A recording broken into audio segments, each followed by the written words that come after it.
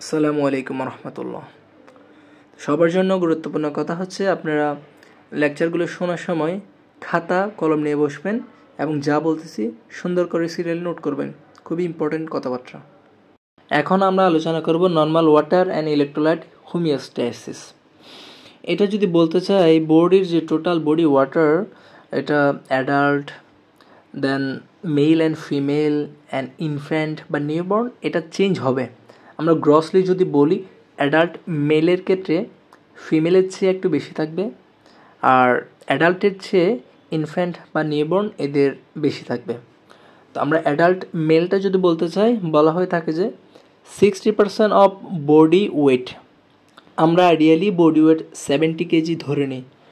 So 60% of 70 KG যদি ধরি, তাহলে 60 ইন্টু 70 ডিভাইডেড বাই 100, এটা দিলে আমাদের চলে আসবে 42 লিটার।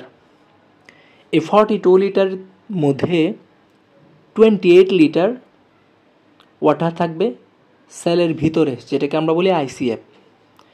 আর 14 লিটার মানে 14 লিটার থাকবে সেলের বাইরে, যেটাকে বলি আমরা ইসিএফ।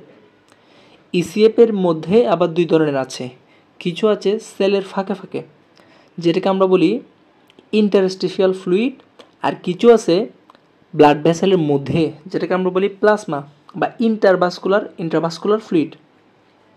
এটা নর্মাল হচ্ছে 3 to 2 লিটার, আর ইন্টারস্টিশিয়াল ফ্লুইড হচ্ছে 12 লিটার। এখন আমরা যদি আগের কনসিকুয়েন্সটা বলি, আমাদের বলেছি আমরা ইন্টারসেলুলার ফ্লুইডের মধ্যে পটাশিয়াম সবচেয়ে বেশি থাকবে, অ্যানায়নের মধ্যে প্রোটিন অ্যান্ড ফসফেট এই দুইটা বেশি থাকবে, এক্সট্রাসেলুলারের মধ্যে ক্যাটায়নের মধ্যে সোডিয়াম বেশি থাকবে, আর অ্যানায়নের মধ্যে ক্লোরাইড আর বাইকার্বনেট বেশি থাকবে। আবার এক্সট্রাসেলুলারের মধ্যে আমরা বলেছি ইন্টারস্টিশিয়াল ফ্লুইড আছে একটা, আর এটা আছে প্লাজমা। প্লাজমার মধ্যে প্রোটিন বেশি থাকবে।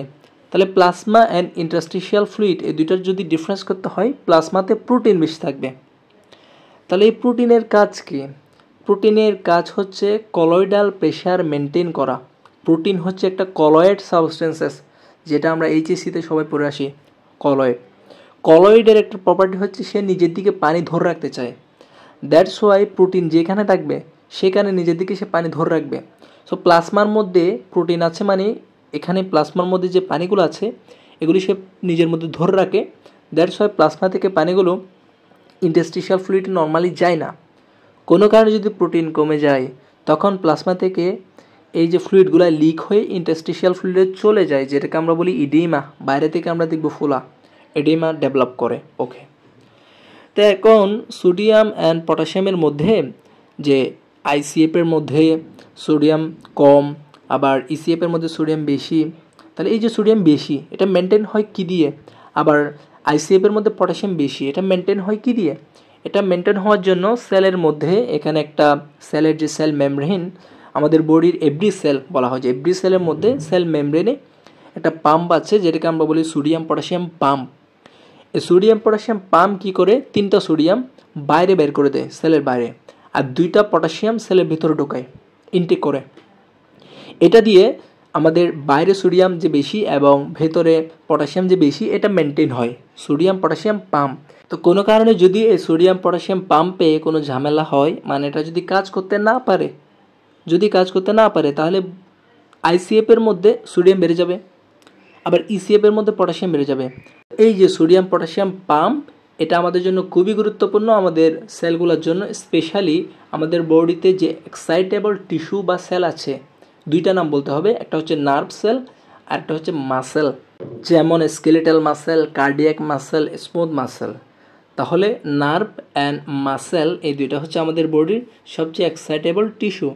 এই যে টিস্যুর দুই পাশে সেলের ভিতরে বাইরে সেল মেমব্রেনের দুই পাশে গ্রেডিয়েন্ট মেনটেন করার জন্য সোডিয়াম পটাশিয়াম পাম্পটা খুবই গুরুত্বপূর্ণ একটা জিনিস। আচ্ছা, এখন আমরা চলে যাব যে ইসিএফের যে বাইরে, মানে আমাদের যে এক্সট্রাসেলুলার ফ্লুইড, এটার গুরুত্বটা কী?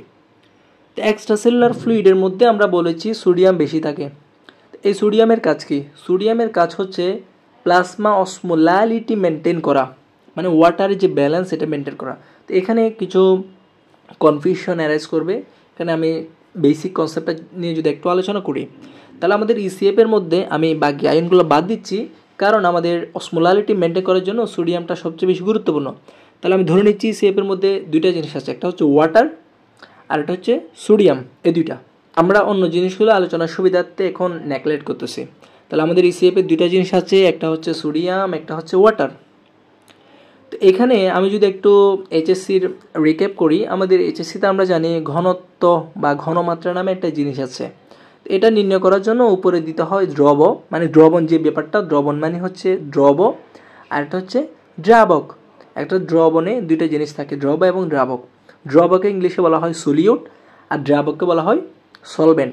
তাহলে এক্ষেত্রে আমরা ইসিএফের মধ্যে সলিউট হচ্ছে সোডিয়াম আর সলভেন্ট হচ্ছে পানি, ওয়াটার। তাহলে আমরা যদি এটা একটা দ্রবণ বানাই, এই দ্রবণে যদি আমরা ঘনমাত্রা চিন্তা করি, মানে ঘনত্ব ইংলিশে বললে কনসেন্ট্রেশন চিন্তা করি, তাহলে উপরে বসবে দ্রব, that means solute, that means sodium, আর নিচে বসবে দ্রাবক, সলভেন্ট বা ওয়াটার। সো উপরে সোডিয়াম, নিচে হচ্ছে ওয়াটার। এই দুইটার যে ব্যাপার, এটাকে আমরা ইকুয়ালটি লিখব কনসেন্ট্রেশন। এখন আমরা জানি কোন একটা ইকুয়েশনের উপরে যারা থাকে তাদের সাথে হচ্ছে সমানুপাতিক, নিচে যারা থাকে তার সাথে ব্যস্তানুপাতিক। তাহলে ঘনমাত্রা বা concentration equal to sodium divided by water. তাহলে কনসেন্ট্রেশন সোডিয়ামের পরিমাণের সমানুপাতিক, আর যেহেতু নিচে ওয়াটার, সো কনসেন্ট্রেশন ওয়াটারের পরিমাণের ব্যস্তানুপাতিক। ওকে, এখন আমরা একটু বলি, যদি কনসেন্ট্রেশন চেঞ্জ হয়, এটাকে আমরা বলি হাইপো বা হাইপার নেট্রেমিয়া। হাইপো মানে কমে যাবে, হাইপার মানে বেড়ে যাবে। সো হাইপোনেট্রেমিয়া মানে সোডিয়ামের কনসেন্ট্রেশন কমে গিয়েছে, হাইপার নেট্রেমিয়া সোডিয়ামের কনসেন্ট্রেশন বেড়ে গিয়েছে। এখন এই ব্যাপারটা কীভাবে হতে পারে, আমরা যে কোনো একটা নিয়ে আমি জাস্ট বুঝাই দিই, বাকিটা আপনারা বের করবেন। আমি হাইপোনেট্রেমিয়াটা বলতেছি, কীভাবে ঘটনা ঘটবে। হাইপোনেট্রেমিয়া, তাহলে কনসেন্ট্রেশন অফ সোডিয়াম কমে গিয়েছে। তো আমরা বলেছি কনসেন্ট্রেশনের সাথে উপরে যেহেতু সোডিয়াম, এটা সমানুপাতিক। তাহলে কীভাবে হইতে পারে, এক, সোডিয়ামের পরিমাণ কমে গিয়েছে, নিচে যে দ্রাবক মানে ওয়াটার ঠিক আছে। তাহলে ওয়াটার যখন ঠিক থাকবে পরিমাণে, তখন আমরা এটাকে বলি ইউভলিউমিক। আর যেহেতু সোডিয়াম কমে গেছে, তাহলে হাইপোনেট্রেমিয়া। সো এটাকে বলা হয় ইউভলিউমিক হাইপোনেট্রেমিয়া। এক। দুই নাম্বার হচ্ছে সোডিয়াম ঠিক আছে উপরে, কিন্তু নিচে যে দ্রাবক মানে ওয়াটার বেড়ে গিয়েছে। তখন আলটিমেটলি আমরা কনসেন্ট্রেশন যদি হিসাব করি, তাহলে কনসেন্ট্রেশন কী হয়ে যাবে, কমে যাবে। আর কনসেন্ট্রেশনের সাথে যে নিচে যে দ্রাবক বা ওয়াটার, এটা সম্পর্ক হচ্ছে ব্যস্তানুপাতিক। সো ওয়াটার যদি বেড়ে যায়, এটাকে বলা হবে হাইপার ভলিউমিক। কিন্তু এখানে কিন্তু যেটা মনে রাখার বিষয়, এখানে কিন্তু সোডিয়ামের কোনো চেঞ্জ হয় না, সো ওয়াটার চেঞ্জ হয়ে গেছে। So hypervolaemic hyponatraemia. এক, তাহলে এটা দুইটা গেল, একটা হচ্ছে ইউভলিউমিক হাইপোনেট্রেমিয়া, সেকেন্ডলি হচ্ছে hypervolaemic hyponatraemia. Hypervolaemic hyponatraemia এটাকে অনেক সময় ডাইলিউশনাল হাইপোনেট্রেমিয়াও বলা হয়ে থাকে। এখানে কিন্তু সোডিয়ামের পরিমাণে কোনো চেঞ্জ হচ্ছে না, কিন্তু যেহেতু ওয়াটার বেড়ে গেছে, কনসেন্ট্রেশনটা চেঞ্জ হয়ে যাচ্ছে। আরেকটা হচ্ছে কোনো কারণে যদি সোডিয়ামও কমে যায়, ওয়াটারও কমে যায়, তাহলে সেক্ষেত্রে হাইপোভলিউমিয়া হবে, হাইপোনেট্রেমিয়া হবে।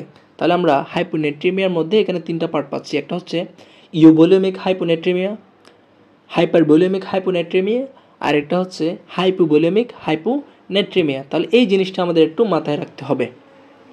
তো সবাইকে এই বেসিক জিনিসটা একটু মাথায় রাখতে হবে। তো সবাইকে ধন্যবাদ আর কি।